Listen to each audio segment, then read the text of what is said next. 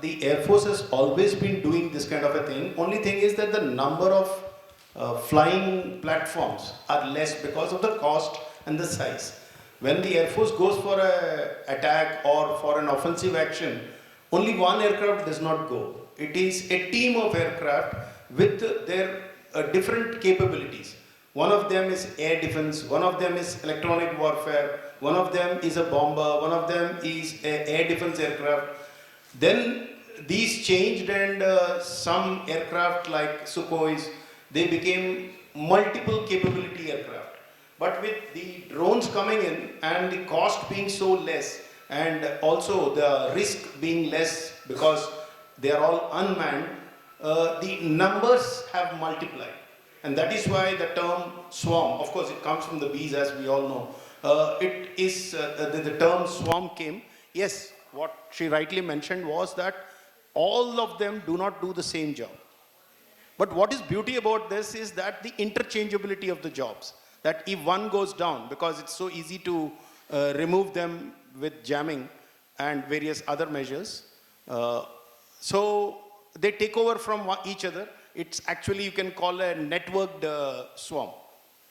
Right, okay. So that finishes our panel discussion, but before we go, I have four modes to adopt for success of drones in ISR for the industry, because most of you are from the industry and it's also future budding industrialists. First is, actually one has to adopt an agile operational model. That is very important in this business, because the iterative value of continuous development and improvement is a must, without which you cannot progress further. The second part is focusing on the emerging technology. Identify and integrate, two of which are already given here. It's very, very important for this business.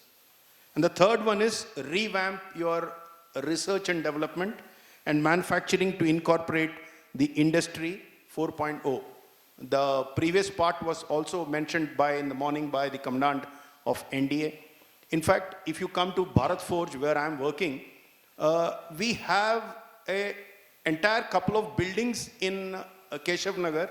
One is a manufacturing innovation center and one is an innovation center itself.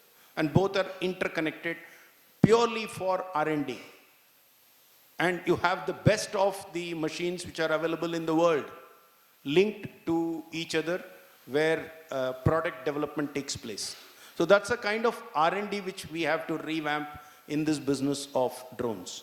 And finally, investment heavily in advanced analytics, which will give you the third aspect which I mentioned. And with that, I think we finish this panel discussion.